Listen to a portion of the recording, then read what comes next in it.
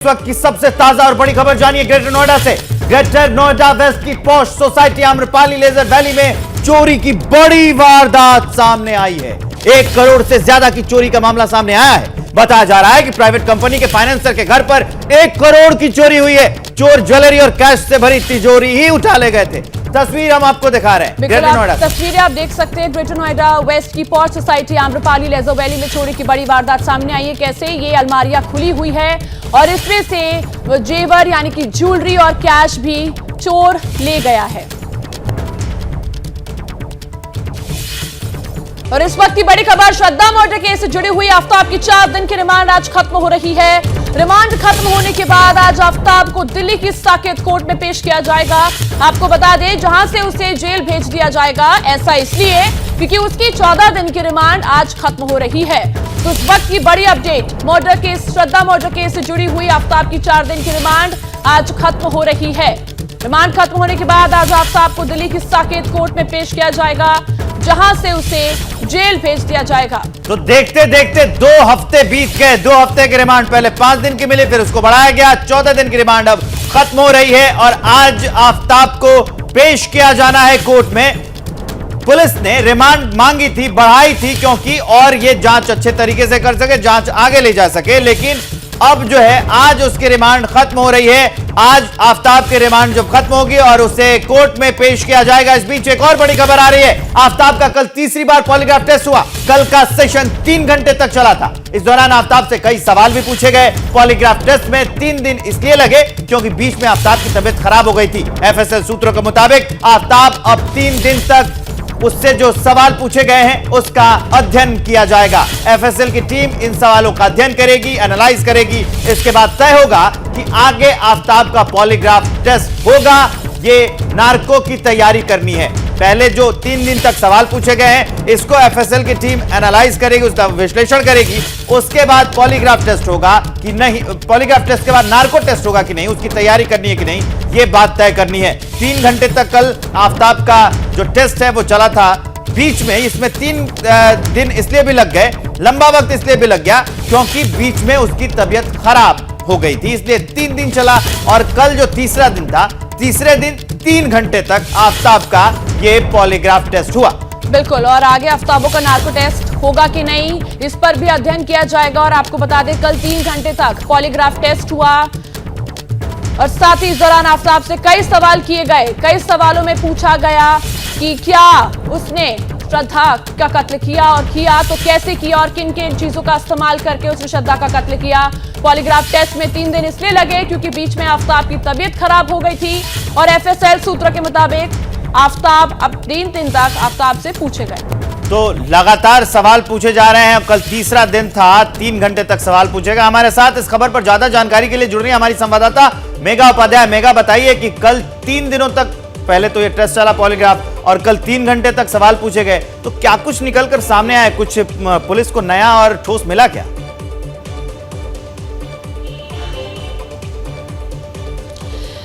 जी विवेक, मैं आपको बता दूं कि कल भी 3 दिनों तक जो आफ्ताब से सवाल 3 घंटों तक पूछा गया और सूत्रों की माने तो आफ्ताब की तबीयत खराब हो गई थी, इसकी वजह से है जो लगातार उससे 3 घंटों तक सवाल पूछे गए। पुलिस लगातार पुलिस ने जो सवाल पूछे हैं काफ़ी जनरल सवाल पूछे और अब उस पर एनालिसिस किया जाएगा। और जो भी जानकारी आफ्ताब ने दी है सूत्रों की माने तो काफ़ी नॉर्मल तरीके से आफ्ताब जो है जानकारी दे रहा था।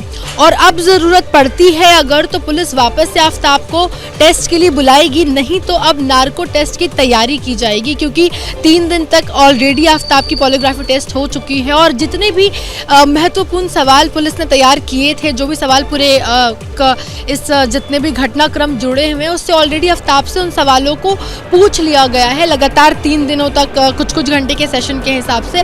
लेकिन अब इसके बाद जो भी सवाल पूछ लिए गए हैं उस पर एक पूरा ब्यौरा तैयार किया जाएगा। जो जवाब दिए गए हैं उस पर जांच पड़ताल की जाएगी क्योंकि आफ्ताब लगातार पुलिस को कहीं ना कहीं गुमराह करने की कोशिश कर रहा था, अलग अलग तरह के जवाब देने की कोशिश कर रहा था, हर बार कुछ नया निकल के सामने आ रहा था। लेकिन इस बार उम्मीद है कि जो भी जवाब सामने आए हैं एक एनालिसिस के बाद कहीं ना कहीं एक ठोस जगह तक पहुंचा जा सकता है, क्योंकि कई सारे जो है कुछ चाकू भी बरामद किए गए, काफ़ी कुछ जो घटना से जुड़े अहम सबूत है वो भी जो तैयार मतलब इकट्ठे किए गए हैं।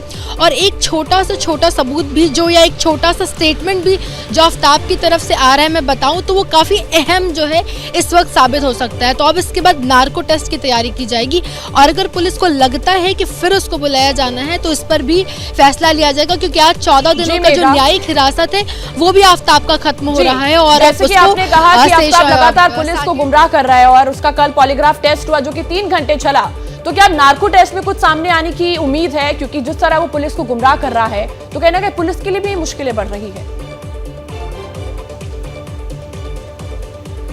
हाँ जी हाँ, बिल्कुल। जिस तरीके से पुलिस को शुरू से ही आफ्ताब गुमराह करने की कोशिश कर रहा है, पहले मेहरौली के जंगल, फिर फ्लैट पे भी वो अलग अलग लोकेशन बता रहा है। कई दिनों तक उसने नहीं बताया कि क्या कुछ हथियार का उपयोग उसने किया, किस तरीके से उसने इस पूरे घटनाक्रम को अंजाम दिया। तो अब उम्मीद है कि कहीं ना कहीं नार्को टेस्ट काफी अहम सामने आएगा। इस बीच एक बड़ी खबर, दिल्ली पुलिस ने वसई क्राइम ब्रांच दफ्तर में श्रद्धा के दोस्त रजत शुक्ला से पूछताछ की। रजत से पुलिस ने आफ्ताब और श्रद्धा से जुड़े सवाल पूछे। पूछताछ के बाद रजत ने बताया कि उससे यह पूछा गया कि श्रद्धा से मेरी मुलाकात कब हुई, किस तरह की बातें होती थी, आफ्ताब को कब जाना, कैसे जाना। आफ्ताब ने यह भी कहा कि मीडिया को स्पेस बनाना चाहिए ताकि और लोग सामने आए। ये सारी बातें निकलकर सामने आई है। रजत से श्रद्धा को लेकर पूछताछ हुई, आफ्ताब के बारे में पूछा गया। यह पूछा गया कि अगर वो दोस्त है तो वो कब, दोस्ती कितनी गहरी थी और कब संपर्क में आए थे, मुलाकात कब हुई थी, किस तरह की बातें इन दोनों के बीच में होती थी, ये सारे सवाल किए गए। देखिए, साधारण बेसिक सी जो भी चीजें थी जो मायने रखती है इस केस के लिए, वो सभी पहलुओं को जानना मेरे ख्याल से पुलिस की जिम्मेदारी है। उतनी ही मेरी नैतिक जिम्मेदारी है कि मैं किस तरीके से इस इन्वेस्टिगेशन में काम आ पाऊं, तो वो बताना मेरा जरूरी था। तो श्रद्धा से कब मेरी मुलाकात हुई, श्रद्धा कब मेरे साथ थी, कब हमारी बातें होती थी, किस तरह बातें होती थी, और आफ्ताब से मेरा कब मिलना हुआ, अगर हुआ तो, और उसके बारे में क्या जाना मैंने, कब जाना। तो यही सारी बेसिक चीज़ें जो मेरे ख्याल से लीड कहीं ना कहीं शायद ढूंढने के लिए मदद करती है। तो जैसे सवाल थे उनके, और मैं जिस तरह जवाब दे पाया मैंने दिया। पर मीडिया ने कहीं ना कहीं थोड़ा स्पेस बनाना चाहिए, जिससे कि एकदम ना घबरा जाएं जो लोग सामने आना भी चाहते हैं, वो कहीं ना कहीं घबराए हुए हैं निश्चित। और लता भी हमारे साथ लगातार जुड़ गई। लता, अभी हमने रजत की बात सुनी जिसमें उसने बताया कि उससे किस तरह के सवाल पूछे गए। क्या मुंबई में कुछ और लोगों के निकलने की आने की संभावना है श्रद्धा केस में? जी, जैसे कि हम शुरुआत से ही देख सकते हैं, दिल्ली पुलिस जब से वैसे इस इलाके में है तब से अधिकतर गौर जो वो कर रही है श्रद्धा और आफ्ताब के दोस्तों और करीबियों से कर रही है। जो उनका सर्कल है उसमें उनके माँ बाप या उनके रिलेटिव्स नहीं है, लेकिन अधिकतर दोस्त हैं, क्योंकि 2015 से जो श्रद्धा है उसने ग्रेजुएशन किया। उस ग्रेजुएशन के दौरान उसके जितने भी दोस्त उसके साथ थे, उन्होंने किस प्रकार का व्यवहार श्रद्धा का देखा। जैसे कि रजत शुक्ला जो है वो खुद कह रहे हैं कि वो काफ़ी बोल्ड थी, वो जो भी बातें सोचती थी काफी ब्लंटली कह देती थी, लेकिन आफ्ताब से मिलने के बाद उसने अधिकतर इसके बारे में ज्यादा जानकारी नहीं दी और वो काफी सहम सी गई थी। तो ये जो दोस्त हैं वो अहम कड़ी माने जा सकते हैं, क्योंकि इनके द्वारा ही जो है श्रद्धा के बिहेवियर में कैसे चेंजेस आए, किस प्रकार जो है आफ्ताब उसके साथ व्यवहार करता था। इस बीच एक बड़ी खबर आ रही है दर्शकों को, वो जान लीजिए कि आफ्ताब के दोस्त बद्री के मकान मालिक का बयान भी सामने आ गया है। शेखर ने बताया कि 7 महीने पहले बद्री मकान खाली कर चला गया था। शेखर ने यह भी बताया कि पुलिस आफ्ताब को लेकर आई थी, लेकिन ना तो आफ्ताब ने मुझे देखा और ना ही मैंने आफ्ताब को देखा। शेखर के मुताबिक बद्री का दिल्ली के ढिटोरनी के पास किसी तरह का बिजनेस था, उसके साथ कोई और दोस्त रहता था। बद्री वही शख्स है जिससे हिमाचल में आफ्ताब की मुलाकात हुई थी। बद्री खुद छतरपुर इलाके में रहता था। इसके कहने पर ही श्रद्धा और आफ्ताब छतरपुर में रहने लगे थे। खाली करके गया, 8-9 महीने के लिए रहा था यहाँ पे, 7 महीने हो गए यहाँ से गए हुए। यहाँ पे 2 लोग रहा करते थे? हाँ, वो लोग दो लड़के था। एक लड़का 5-6 महीना खाली करके चला गया। 2 महीने बाद इनके पास पैसे कमी हो गया, ये बोला मैम भी खाली कर देंगे, बस यही बोल के वो खाली कर गया। आखिरी बारी बात कब हुई थी आपकी बद्री से? पुलिस थाने में जो था, फोन में पुलिस वाले फोन करवाए थे तो उससे बात किया था। तो एक और बड़ी खबर आपको बता दें, गुजरात चुनाव से आज बीजेपी गुजरात के लिए अपना घोषणा पत्र जारी करेंगी। गांधीनगर के गुजरात बीजेपी के मुख्यालय में बीजेपी का घोषणा पत्र जारी होगा। आपको बता दें, बीजेपी अध्यक्ष जेपी नड्डा, सीएम भूपेंद्र पटेल और सीआर पाटिल सुबह 10:30 बजे घोषणा पत्र जारी करेंगे। तो लगातार गुजरात चुनाव नजदीक है और इसमें गुजरात चुनाव के लिए अपना घोषणा पत्र जारी कराए बीजेपी ने। गांधीनगर के गुजरात बीजेपी के मुख्यालय में बीजेपी का घोषणा पत्र जारी होगा। तो गुजरात चुनाव और सबको था इसी वक्त का इंतजार कि आखिर बीजेपी अब इस बार कौन से वादे और दावों के साथ जनता को लुभाएगी। 10:30 बजे का होगा वक्त और घोषणा पत्र जारी किया जाएगा गुजरात चुनाव के लिए, क्योंकि धुआंधार प्रचार जारी है। गुजरात बीजेपी आज 10:30 बजे अपना घोषणा पत्र जारी करेगी। इस बीच अगली बड़ी खबर जानिए गुजरात चुनाव से संबंधित। गुजरात के नर्मदा जिले के राजपीपला में अमित शाह ने बड़ा बयान दिया। प्रचार के दौरान अमित शाह ने 2002 के दंगों का जिक्र किया। शाह ने कहा कि 2002 में हिंसा करने वालों की हिम्मत अब चली गई है। ऐसा पढ़ाया है पाठ, उनको ऐसा सबक दिया है कि 2022 आ गया, आज तक कोई भी ऐसी कोशिश करने का नाम नहीं ले रहा है। दंगे करवाने वाले गुजरात से बाहर चले गए। बीजेपी ने गुजरात में शांति स्थापित की है। अमित शाह का है ये बयान। कांग्रेस ત્યારે કેટલા ઠાસવારે કોમી તોફાનો થતા હતા કે નતા થતા? ભાઈ જોરથી બોલો, થતા હતા કે નતા થતા? 2002 માં એકવાર નરેન્દ્રભાઈ વખતે અડપલું કરવાનો ટ્રાય કર્યો, એવો પાઠ ભણાયો કે 2002 પછી 22 તે હજી કોઈ ડોકું ઊંચું નથી કરતું. ભાઈ રમખાણો કરાવવા વાળા ગુજરાતની બહાર જતા રહ્યા. ભારતીય જનતા પાર્ટીએ ગુજરાતમાં શાંતિ સ્થાપી कर्फ्यू वगरनो प्रदेश बनावानु काम आ भारतीय जनता पार्टी करी। बीच एक और बड़ी खबर, गुजरात चुनाव में फिर हुआ औकात का जिक्र। कांग्रेस नेता मधुसूदन मिस्त्री के औकात वाले बयान पर जवाब दिया है। अमित शाह ने कहा कि जनता औकात बताएगी। आपको बता दें, एबीपी न्यूज से बातचीत में मधुसूदन मिस्त्री ने पीएम मोदी को औकात दिखाने वाला बयान दिया था। तो गुजरात चुनाव में फिर हुआ है औकात का जिक्र। लगातार जुबानी जंग चल रही है गुजरात चुनाव में और कांग्रेस नेता मधुसूदन मिस्त्री के औकात वाले बयान पर जवाब दिया है। गुजरात चुनाव से जुड़ी अगली बड़ी खबर जानिए। आम आदमी पार्टी जी जान से लगी हुई है इन चुनावों में। बड़ी खबर यह है कि आज से 3 दिन के दौरे पर हैं अरविंद केजरीवाल। इन 3 दिनों में केजरीवाल कहां जाएंगे जानिए। भावनगर जाएंगे, जामनगर और सूरत में चुनावी कार्यक्रम में शामिल होंगे। आज भावनगर में रोड शो भी करने वाले हैं दिल्ली के सीएम और आम आदमी पार्टी के संयोजक अरविंद केजरीवाल। अरविंद केजरीवाल ने भी पूरी ताकत झोंक दी है, लगातार चुनाव प्रचार कर रहे हैं। आज 3 जगह करेंगे ये प्रचार। अगली खबर आ रही है पाकिस्तान से। पाकिस्तान में नए आर्मी चीफ के नाम के ऐलान के साथ ही टकराव बढ़ने लगा है। इमरान ने सुबह 11 बजे तक समर्थकों से रावलपिंडी पहुंचने की अपील की है। पाकिस्तान सरकार ने कर्मचारियों से इमरान के मार्च से दूर रहने को कहा है। खास बात यह है कि पाकिस्तानी सेना का मुख्यालय भी रावलपिंडी में है। ऐसे में इमरान का आज का प्रदर्शन काफी अहम हो जाता है। इमरान खान अब खुलकर सामने आने लगे हैं और वो प्रदर्शन कर रहे हैं। रावलपिंडी में इमरान का विरोध मार्च चलेगा। इस खबर पर ज्यादा जानकारी के लिए जुड़ रहे हैं हमारे संवाददाता प्रणय उपाध्याय। प्रणय, और क्या जानकारी निकलकर सामने आई है? इमरान अब खुलकर विरोध करने लगे और रावलपिंडी में ही आज प्रदर्शन करने वाले। जी बिल्कुल, इमरान के खिलाफ जिस तरीके से हमला हुआ था, जिस तरीके से गोलीकांड हुआ था, उसके बाद से इमरान ने अपना हकीकी आजादी मार्च जो है वो रोक दिया था, यानी वो खुद शामिल नहीं हो रहे थे। लेकिन एक बार फिर वो अपने इस मार्च को रिज्यूम कर रहे हैं। उन्होंने आज रावलपिंडी के लिए मार्च का ऐलान किया है, सब लोगों से पहुंचने के लिए कहा है। और इस बीच एक महत्वपूर्ण अपडेट आपको बता दें विवेक की, इस पूरे मामले को लेकर राणा सनाउल्लाह जो कि पाकिस्तान के गृह मंत्री हैं, उनकी तरफ से बयान आया है। उसमें कहा गया है कि सुरक्षा एजेंसियों ने रेड अलर्ट जारी किया है। इमरान के इस मार्च के संदर्भ में इस पर आतंकी हमला हो सकता है और इस लिहाज से इमरान खान को और उनकी पार्टी को कहा गया है कि ये मार्च न करें, तो ऐसे में टकराव बढ़ सकता है। सुरक्षा के भारी इंतजाम किए गए हैं इस्लामाबाद और रावलपिंडी के पूरे इलाके के अंदर, खासतौर पर फैजाबाद के उस इलाके के अंदर जिसमें हकीकी आजादी मार्च के दौरान हंगामे की सूरत हाल नजर आए थे। खासतौर पर इमरान खान पर जब गोली चली थी उसके बाद से तोड़फोड़ पीटीआई के कार्यकर्ताओं ने की थी, तो एक बार फिर वहां पर भारी जमावड़ा हुआ है। काफी कंटेनर्स पीटीआई ने जमा किए हैं वहां पर और वो कोशिश है इमरान की कि वहां पर एक धरने की तरह इसको तब्दील किया जाए, यानी केवल रैली ना हो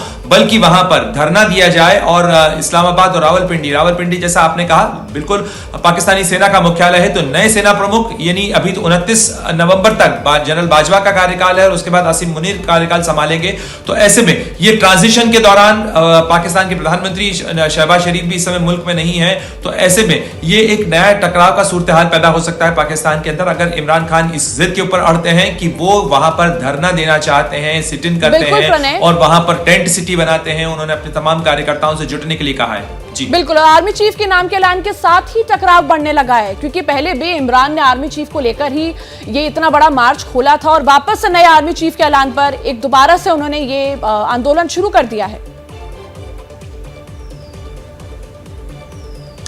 देखिए सोनल, आर्मी चीफ की नियुक्ति को लेकर वो कोशिश जरूर कर रहे थे कि उनकी चले, उसमें उनका कोई दखल हो, लेकिन जिस तरीके से पाकिस्तान के राष्ट्रपति आरिफ अलवी पहुंचते हैं उनके पास, इमरान खान के पास, और उन्हें समझाते हैं कि इस तरीके से दखल अगर देने की कोशिश करेंगे तो एक नई अव्यवस्था खड़ी हो जाएगी, संवैधानिक संकट खड़ा हो जाएगा। तो उस पर इमरान खान मान जरूर जाते हैं, लेकिन इमरान खान ही अच्छी तरीके से जानते हैं कि प्रेशर ही इस समय उनके बचाव का बीमा हो सकता है और इसीलिए वो दबाव बनाए रखना चाहते हैं। दबाव वो बनाए इसलिए भी चाहते हैं क्योंकि वो जल्द से जल्द चुनाव चाहते हैं, उनकी पॉपुलैरिटी है, वो ये अच्छी तरह से जानते हैं। लेकिन जिस तरीके से केसेस उनके खिलाफ शुरू हुए, चाहे तोशाखाना का केस हो या जिस तरीके से हिंसा का मामला हुआ है, उन तमाम मामलों के अंदर इमरान इस समय घिरे हुए हैं और वो कोशिश कर रहे हैं कि जनता को बुला के सड़क के ऊपर दबाव बनाकर वो कहीं ना कहीं अपने लिए बचाव की गारंटी खरीदे। जी एक और बड़ी खबर आपको बता दें, आज भारत अंतरिक्ष एक और उड़ान भरने जा रहा है। श्रीहरिकोटा से आज सुबह 11:46 पर PSLV C-54 उड़ान भरेगा। PSLV के जरिए इसरो OceanSat-3 सैटेलाइट लॉन्च करेगा। साथ ही PSLV अपने साथ 8 छोटे सैटेलाइट भी ले जाएगा। तो ये बड़ी खबर हम आपको बता रहे हैं कि भारत अंतरिक्ष में एक और उड़ान भरने वाला है। श्रीहरिकोटा से आज सुबह 11:46 पर PSLV C-54 से उड़ान भराई गया और PSLV के जरिए इसरो OceanSat-3 सैटेलाइट लॉन्च करेगा। इस खबर पर ज्यादा जानकारी के लिए जुड़ रही हमारी संवाददाता पिंकी राजपुरोहित। पिंकी, और क्या जानकारी? श्रीहरिकोटा से आज फिर से एक नया कीर्तिमान रचने जा रहा है भारत।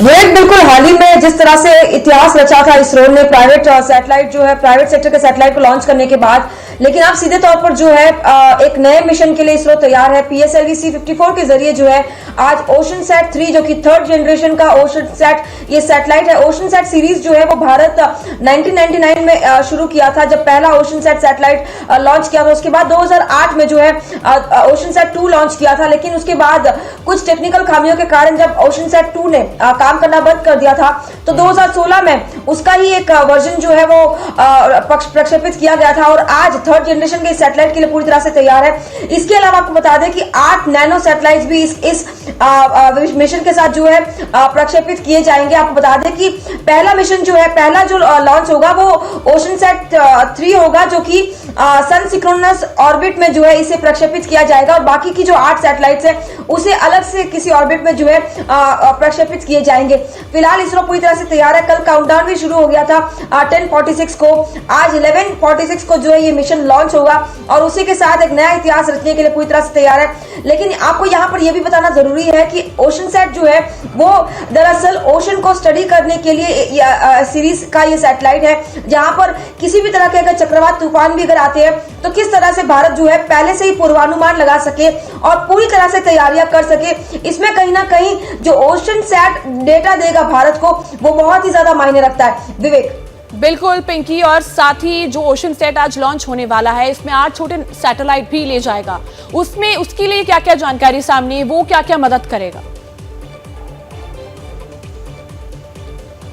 देखिए आपको बता दें कि नैनो सैटेलाइट जो है वो प्राइवेट सेक्टर के सैटेलाइट्स है। एक इसमें जो है भारत भूटान का भी सैटेलाइट मौजूद है। आपको बता दें कि प्रधानमंत्री नरेंद्र मोदी ने कई बार सार्क देशों के सैटेलाइट्स को लॉन्च करने पर जो है कहीं ना कहीं जोर दिया है, जो हमारे नेबर्स है जिनके लिए हम जो है मददगार साबित हो सके, क्योंकि स्पेस के सेक्टर में आज अगर भारत इतना बड़ा चेहरा बना है तो जाहिर सी बात है सार्क देशों के लिए जो है सैटेलाइट्स प्रक्षेपित की बात जो है वो लगातार प्रधानमंत्री नरेंद्र मोदी करते रहे हैं और इन इन 8 नैनो सैटेलाइट्स में एक भूटान का भी सैटेलाइट मौजूद है और PSLV C-54 के जरिए जो है ये आज श्रीहरिकोटा से प्रक्षेपित किए जाएंगे। जी, अगली बड़ी खबर आपको बताएं कि 26/11 मुंबई हमले की 14 बरस आज पूरे हो गए हैं। आज 14वीं बरसी है। महाराष्ट्र के सीएम एकनाथ शिंदे और डेप्यूटी सीएम फडणवीस आज शहीदों को श्रद्धांजलि देंगे। सुबह 8 बजे मुंबई पुलिस कमिश्नर ऑफिस में यह श्रद्धांजलि दी जाएगी। 14 बरस हो गए हैं, 14वीं बरसी। सीएम एकनाथ शिंदे होंगे वहां पर मौजूद और वहां पर श्रद्धांजलि दी जाएगी कमिश्नर ऑफिस में। 26/11 मुंबई हमले की बरसी है, उसमें जो शहीद थे उन्हें श्रद्धांजलि दी जाएगी। इस मौके पर कार्यक्रम का आयोजन किया गया है कमिश्नर ऑफिस में और वहीं पर ये श्रद्धांजलि दी जाएगी। बिल्कुल, और 26/11 में जो भी हुआ उसको लेकर आज सीएम एकनाथ शिंदे शहीद लोगों को श्रद्धांजलि देंगे। कमिश्नर ऑफिस में श्रद्धांजलि दी जाएगी। साथ ही महाराष्ट्र के सीएम एकनाथ शिंदे और डेप्यूटी सीएम फडणवीस आज शहीदों को श्रद्धांजलि देंगे। आपको बता दें 26/11 को मुंबई में ताज होटल पर हुए हमले और साथ ही मुंबई के काफी जगहों पर हुए हमले को लेकर आज 14 बरस पूरे हो चुके हैं, जिसको लेकर एकनाथ शिंदे और फडणवीस के बीच बड़ी खबर आ रही है। संविधान दिवस के इस मौके पर राहुल गांधी खंडवा में अंबेडकर की जन्मस्थली महू जाएंगे और बाबा साहेब भीमराव अंबेडकर को श्रद्धांजलि देंगे। आपको बता दें राहुल गांधी आज शाम 7 बजे संविधान दिवस पर महू में बाबा साहेब अंबेडकर की जन्मस्थली जाकर श्रद्धांजलि अर्पित करेंगे। साथ ही जनसभा को संबोधित भी करेंगे।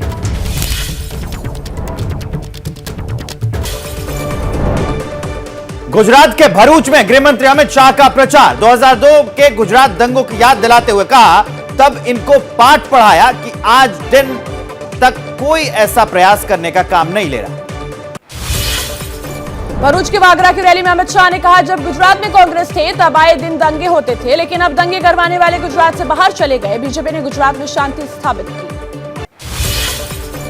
गुजरात के लिए आज बीजेपी जारी करेगी घोषणा पत्र। सुबह 10:30 बजे गांधीनगर में गुजरात बीजेपी मुख्यालय में होगा जारी। जेपी नड्डा, सीएम भूपेंद्र पटेल और CR पाटिल रहेंगे मौजूद। अहमदाबाद के नरोदा में गृह मंत्री अमित शाह का राहुल गांधी पर तंज। कहा, अगर राहुल भारत जोड़ो यात्रा से थक गए हो तो 1 जनवरी का अयोध्या की टिकट करवा लीजिए, वहां भव्य राम मंदिर बनकर तैयार हो रहा है। गुजरात के नर्मदा में अमित शाह का रोड शो। कांग्रेस नेता मधुसूदन मिस्त्री के औकात वाले बयान पर दिया जवाब। कहा, उन्हें तो जनता औकात बताएगी, चुनाव में कांग्रेस का बुरा हाल होगा। सलमान खुर्शीद की अगुवाई में कांग्रेस ने चुनाव आयोग से की पीएम मोदी की शिकायत। बच्ची वाले वीडियो का जिक्र कर कहा, चुनाव प्रचार में बच्चों का इस्तेमाल नियमों का उल्लंघन, आयोग करे कार्रवाई। 21 नवंबर को गुजरात के सुरेंद्र नगर में प्रचार करने पहुंचे पीएम मोदी को एक अदबा नाम की बच्ची ने सुनाई थी बीजेपी के तारीफ में कविता। अदबा लिबंडी सीट से बीजेपी उम्मीदवार किरीट सिंह राणा की भतीजी। गुजरात के राजपीपला में गृह मंत्री अमित शाह ने किया रोड शो। इस बार रिकॉर्ड वोट से बीजेपी की जीत का किया दावा। कांग्रेस नेता मधुसूदन मिस्त्री के औकात वाले बयान पर बोले, जनता देगी जवाब। बीजेपी नेता रविशंकर प्रसाद का कांग्रेस पर हमला। सरदार पटेल को वर्षों बाद ही क्यों मिला भारत रत्न। गहलोत पायलट विवाद पर भी ली चुटकी। कहा, राजस्थान में पहले पार्टी को जोड़े कांग्रेस। दिल्ली के सीएम अरविंद केजरीवाल आज से गुजरात के 3 दिन के दौरे पर भावनगर, जामनगर और सूरत में करेंगे चुनावी रैलियां। 27 नवंबर को जामनगर में और 28 नवंबर को सूरत में रोड शो करेंगे। केंद्रीय मंत्री स्मृति ईरानी का सूरत में प्रचार। कहा, आम आदमी पार्टी के नेताओं पर शराब घोटाले का कलंक। आम आदमी पार्टी का नेता तिहाड़ जेल में बंद है और रेपिस्ट से सेवा ले रहा है। गुजरात के जामनगर में क्रिकेटर रविंद्र जडेजा ने किया प्रचार। जडेजा ने पत्नी रिबाबा जडेजा के लिए मांगे वोट। रिबाबा बीजेपी के टिकट पर जामनगर नॉर्थ सीट से लड़ रही है चुनाव। गुजरात के पूर्व सीएम शंकर सिंह वाघेला का विवादित बयान। बोले, राम टेंट में रहे या मंदिर में कोई फर्क नहीं पड़ता। बीजेपी मंदिर के जरिए सिर्फ मार्केटिंग करती है, लोगों को तो रोजगार चाहिए। गुजरात में सीएम अशोक गहलोत का कांग्रेस के लिए प्रचार। कहा, अब की बार गुजरात में परिवर्तन होगा। गुजरात के लोगों ने सरकार के काम को परख लिया है, उन्होंने परिवर्तन का मन बनाया। गुजरात बीजेपी के प्रभारी रह चुके दिनेश शर्मा का बड़ा दावा। कहा, गुजरात में पीएम मोदी की आंधी। इस बार बीजेपी की गुजरात में पहले से भी ज्यादा सीटें आएंगी। गुजरात में प्रचार कर लौटे हैं दिनेश शर्मा। यूपी की मैनपुरी सीट पर हो रहे उपचुनाव के लिए दिन रात प्रचार कर रही डिंपल यादव। सैफई ब्लॉक के ग्रामीण क्षेत्रों में नुक्कड़ सभा की, नेताजी को श्रद्धांजलि के नाम पर मतदान करने की अपील की। मैनपुरी से बीजेपी प्रत्याशी रघुराज सिंह शाक्य के समर्थन में डिप्टी सीएम ब्रजेश पाठक का प्रचार। कहा, मोदी जी के नेतृत्व में मैनपुरी का मतदाता करवट ले रहा है। समाजवादी पार्टी तो नारा है, हर खाली प्लॉट हमारा है। मैनपुरी लोकसभा के उपचुनाव के दौरान शिवपाल सिंह यादव का बड़ा बयान। कहा, अब जब बहू लड़ रही है तो हम भी हो गए एक। हमने डिंपल से कह दिया, अगर अखिलेश गड़बड़ करेंगे तो तुम्हें मेरा साथ देना होगा। उत्तर प्रदेश के पूर्व उप मुख्यमंत्री दिनेश शर्मा ने एटा में किया उपचुनाव में बीजेपी के जीत का दावा। कहा, मैनपुरी में परिवारवार हारेगा, जनता जीतेगी और रामपुर में जय श्री राम। यूपी के मुजफ्फरनगर जिले की खतौली सीट पर उपचुनाव बीजेपी उम्मीदवार राजकुमारी सैनी ने दामन फैलाकर मांगे वोट। कहा, मैं आपसे वोटों की भीख मांगती हूं, मुझे अपना वोट देकर विजयी बनाएं। यूपी के रामपुर की सड़कों पर बीजेपी प्रत्याशी आकाश सक्सेना का रोड शो। कहा, इस बार इतिहास रचने जा रहे हैं और रामपुर में कमल खिलाएंगे। आकाश सक्सेना लोगों से विकास और उद्योग के मुद्दे पर वोट मांग रहे हैं। दिल्ली में एमसीडी चुनाव के लिए बीजेपी अध्यक्ष जेपी नड्डा का चुनाव प्रचार। केजरीवाल सरकार पर हमला बोलते हुए कहा कि इस सरकार ने सिर्फ मोहल्ले मोहल्ले ठेके खोलने का काम किया है। दिल्ली नगर चुनाव के लिए बीजेपी ने जारी किया अपना घोषणा पत्र। संकल्प पत्र के नाम से जारी घोषणा पत्र में बीजेपी ने किए हैं 12 वादे। संपत्ति कर में छूट देने से लेकर स्मार्ट स्कूल बनाने का जिक्र किया है। दिल्ली के एमसीडी चुनाव के लिए आज से बीजेपी झोंकेगी पूरी ताकत। करीब 2 दर्जन बीजेपी के बड़े नेता करेंगे प्रचार। 27 नवंबर से बीजेपी के 1 लाख कार्यकर्ता शुरू करेंगे जनसंपर्क अभियान। बीजेपी सांसद गौतम गंभीर का दिल्ली के त्रिलोकपुरी में प्रचार। कहा, दिल्ली में न तो स्कूल ठीक हुए हैं, न ही अस्पताल, कूड़े के ढेर लगातार बढ़ रहे हैं। बीजेपी सांसद मनोज तिवारी ने सीएम केजरीवाल को लेकर दिल्ली के लोगों से की अपील। कहा, सड़कों पर गुस्सा मत दिखाना, सरकार को भी केजरीवाल की सुरक्षा बढ़ा लेनी चाहिए। क्या जनता को भड़का रहे हैं तिवारी। दिल्ली के एमसीडी चुनाव के लिए सीएम धामी का प्रचार। कहा, केजरीवाल जी काम कितना करते हैं सब लोग जानते हैं। शराब के ठेके मिल रहे हैं, लगातार घोटाले मिल रहे हैं। धामी ने दिल्ली के यमुना विहार में प्रचार करते हुए कहा, पूरे भारत के विकास में प्रधानमंत्री मोदी ने जो काम किया है वो आज तक किसी ने नहीं किया, इसलिए एमसीडी में भी बीजेपी को ही जिताया। गोवा के सीएम प्रमोद सावंत आज दिल्ली में बीजेपी के लिए करेंगे 5 रैलियां। ये रैलियां दिल्ली के अलग अलग वार्ड में होंगी। रैलियों के जरिए बीजेपी के लिए वोट मांगेंगे। एमसीडी चुनाव में बीजेपी ने की मांग। दिल्ली के चुनाव आयुक्त को शिकायत देकर राजेंद्र पाल गौतम का नाम स्टार प्रचारकों की लिस्ट से हटाने की मांग। बीजेपी का आरोप, हिंदू धर्म देवताओं को गौतम ने कहे अपशब्द। आम आदमी पार्टी का आरोप, सीएम अरविंद केजरीवाल की हत्या की साजिश में शामिल है मनोज तिवारी। सौरभ भारद्वाज समेत आम आदमी पार्टी के 5 नेताओं ने दिल्ली चुनाव आयोग से मिलकर शिकायत। मनोज तिवारी ने 2 दिन पहले एबीपी न्यूज को दिए इंटरव्यू में दिया था बड़ा बयान। कहा था, कोई भी सीएम अरविंद केजरीवाल की आंख फोड़ और पैर तोड़ सकता है। मैं देश के गृह मंत्री से उनको सुरक्षा देने की मांग करता हूं। सीएम केजरीवाल की हत्या की साजिश पर आम आदमी पार्टी ने दिल्ली के आईपी स्टेट थाने में दर्ज कराई शिकायत। शिकायत में बीजेपी सांसद मनोज तिवारी और बीजेपी के कुछ और नेताओं के नाम। आम आदमी पार्टी ने नेता संदीप भारद्वाज की खुदकुशी पर घर वालों को दावा, टिकट न मिलने नहीं हो सकता खुदकुशी की वजह। बहनों ने कहा, केजरीवाल ने दिलाया था कोई पद देने का भरोसा। दिल्ली के कथित शराब घोटाले में सीबीआई ने दाखिल की 10,000 पन्नों की चार्जशीट। चार्जशीट में विजय नायर, अभिषेक बोइनपल्ली, समीर समेत 7 के नाम, लेकिन मनीष सिसोदिया का नाम नहीं। 30 नवंबर को अगली सुनवाई। चार्जशीट में मनीष सिसोदिया का नाम न होने पर आपने कहा पूरा केस फर्जी। सीएम केजरीवाल ने कहा, मनीष ने शिक्षा के क्षेत्र में इतना बड़ा काम किया, मुझे दुख है ऐसे शख्स को बदनाम करने की साजिश रची गई। चार्जशीट में नाम न होने पर डिप्टी सीएम मनीष सिसोदिया की मांग। फर्जी रिपोर्ट बनाने के लिए उपराज्यपाल और चीफ सेक्रेटरी को तुरंत हटाया जाए। मोदी जी 24 घंटे दूसरी सरकारों को बदनाम करने में जुटे। बीजेपी ने सिसोदिया के आरोपों का दिया जवाब। कहा, अभी सिर्फ पकड़े गए लोगों का चार्जशीट में नाम, अभी मनीष सिसोदिया का भी नंबर आएगा। जब उनको पकड़ा जाएगा तब उनका भी नाम आएगा। आम आदमी पार्टी का दावा, चार्जशीट में नाम न होना मनीष सिसोदिया के लिए है क्लीन चिट। सरकारी गवाह भी नहीं कह रहा कि मनीष सिसोदिया ने कुछ गलत किया। इतनी बड़ी हार केंद्र सरकार की कभी नहीं। दिल्ली के मंत्री गोपाल राय ने कहा बीजेपी भारतीय झूठी पार्टी है। गुजरात और एमसीडी चुनाव में अरविंद केजरीवाल और उनकी टीम को बदनाम करने के लिए रची गई कहानी, बीजेपी को माफी मांगनी चाहिए। दिल्ली बीजेपी की चुनाव आयोग से मांग, मौलानाओं को दी जा रही सैलरी पर लगाई जाए रोक। बीजेपी सांसद प्रवेश वर्मा ने कहा या तो सभी धर्मों के धर्मगुरुओं को सैलरी दी जाए या फिर मौलानाओं की भी सैलरी रोक दी जाए। शाहीन बाग से कांग्रेस के पूर्व विधायक आसिफ खान ने पुलिसकर्मी से की बदसलूकी। पुलिस के मुताबिक शुक्रवार को तैयब मस्जिद के बाहर लोगों की भीड़ जमाकर भाषण दे रहे थे आसिफ खान। बिना चुनाव आयोग की परमिशन के आसिफ खान कर रहे थे मीटिंग। पुलिस इंस्पेक्टर अक्षय ने जब उनसे परमिशन के बारे में पूछा तो बेकाबू होकर उलझ पड़े आसिफ खान। बदसलूकी का वीडियो वायरल है सोशल मीडिया पर। आसिफ खान की पुलिस के साथ बदसलूकी पर बीजेपी की मांग। दिल्ली बीजेपी के नेता तेजिंदर बग्गा ने कहा आसिफ खान को तुरंत गिरफ्तार किया जाए। पुलिस अधिकारी से झड़प और बदसलूकी के आरोप में आसिफ खान के खिलाफ शाहीन बाग थाने में केस दर्ज। आसिफ कांग्रेस के नेता तो हैं ही, शाहीन बाग से कांग्रेस काउंसलर आरिबा खान के पिता भी हैं। श्रद्धा मर्डर केस के आरोपी आफ्ताब की आज साकेत कोर्ट में पेशी। आफ्ताब की आज खत्म हो रही है 4 दिन की रिमांड। आफ्ताब को आज न्यायिक हिरासत में भेज दिया जाएगा। दिल्ली पुलिस उसकी 14 दिन की रिमांड ले चुकी है।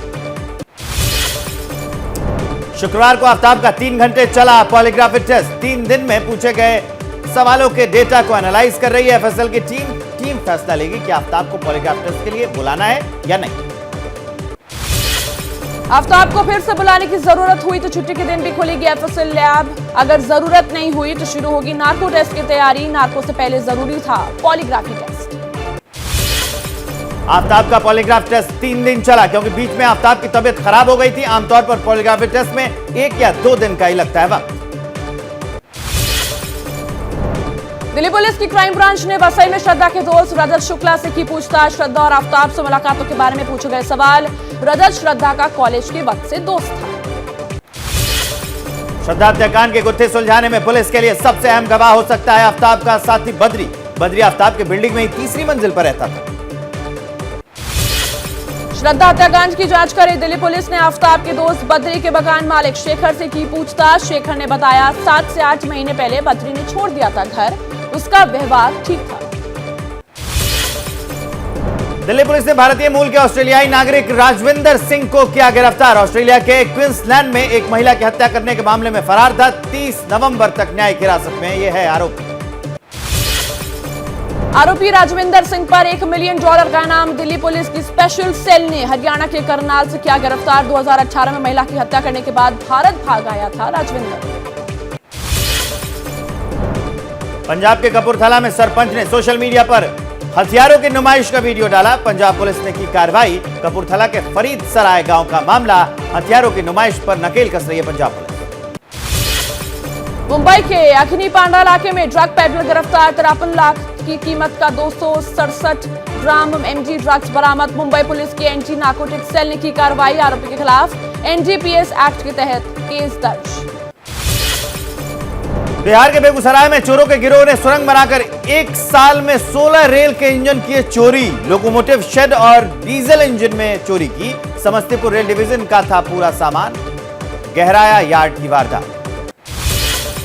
सुप्रीम कोर्ट में संविधान दिवस समारोह में शामिल होंगे पीएम मोदी। सुबह 10 बजे आयोजित होगा समारोह। ई न्यायालय परियोजना की शुरुआत करेंगे जिसमें जस्टिस मोबाइल ऐप और डिजिटल कोर्ट शामिल।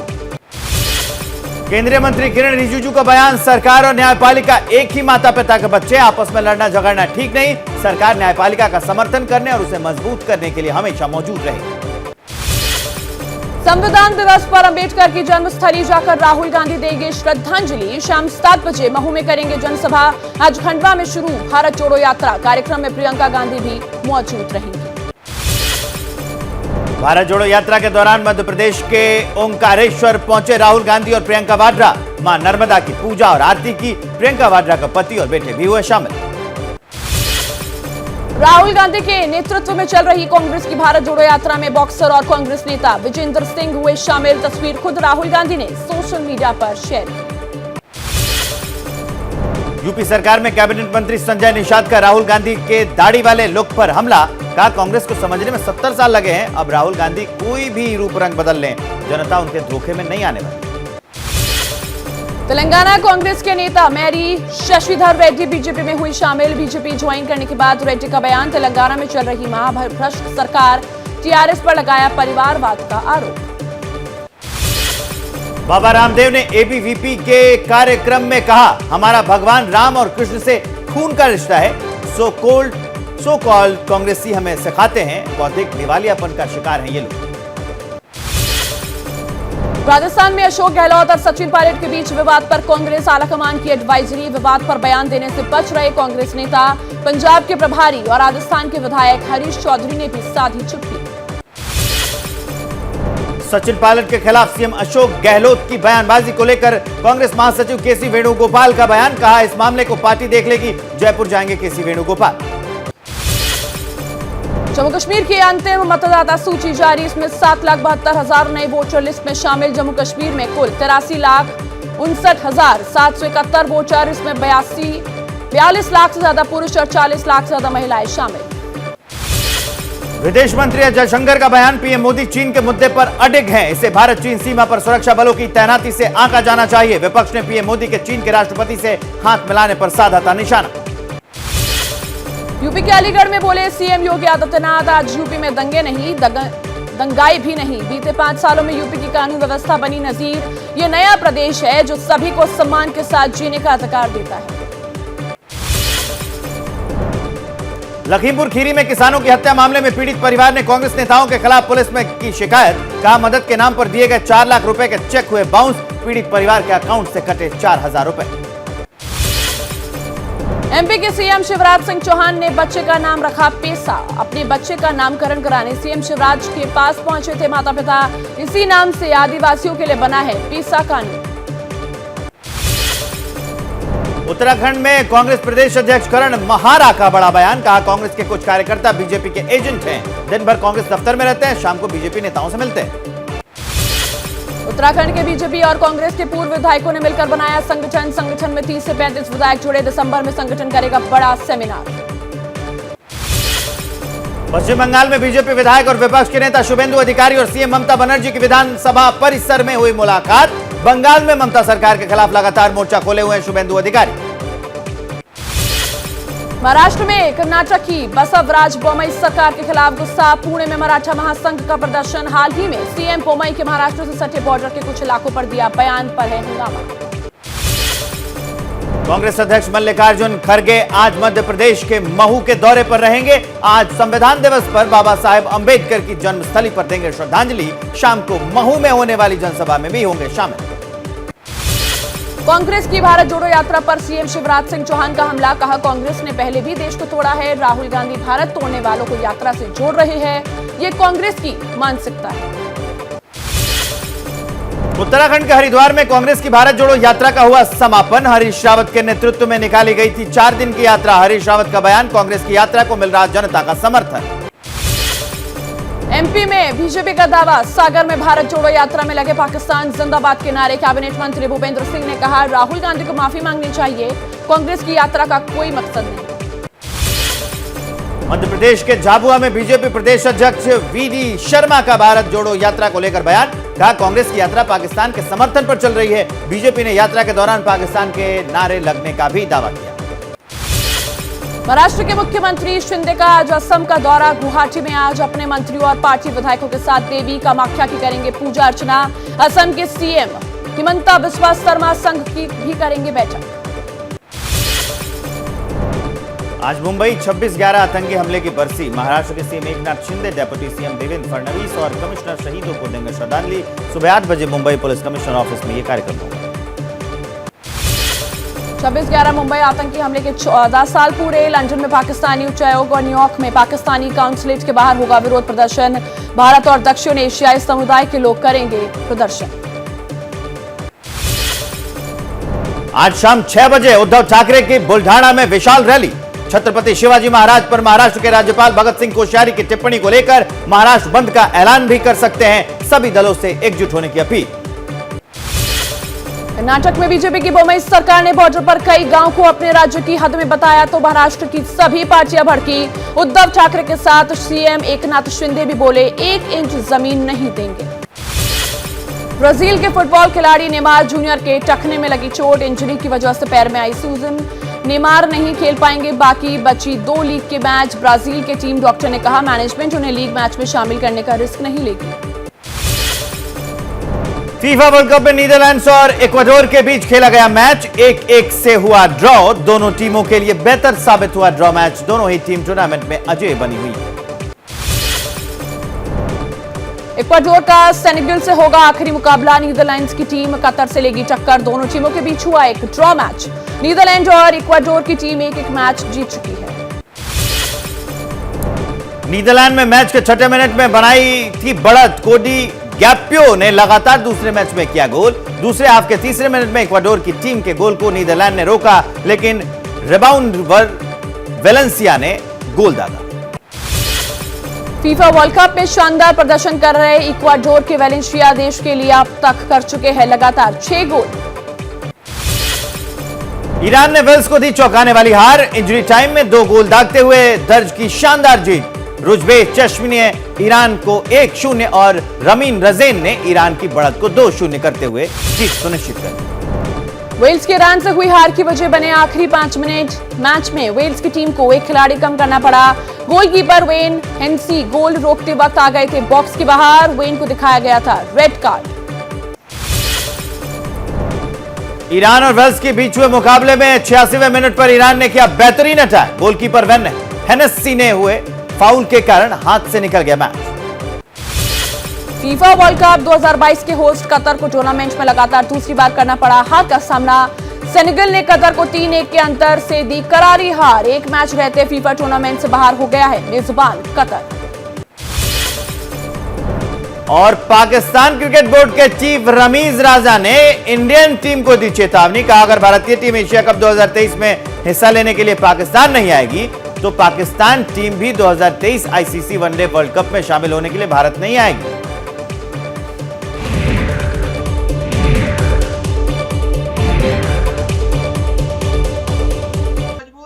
क्या मजबूरी है मेरी बताइए।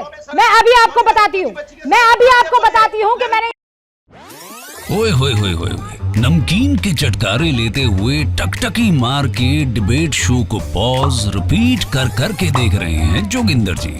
इनकी तरह आप भी देखें अपनी फेवरेट डिबेट्स को रिपीट कर और डाउनलोड कीजिए एबीपी लाइव ऐप अपने स्मार्ट टीवी पर।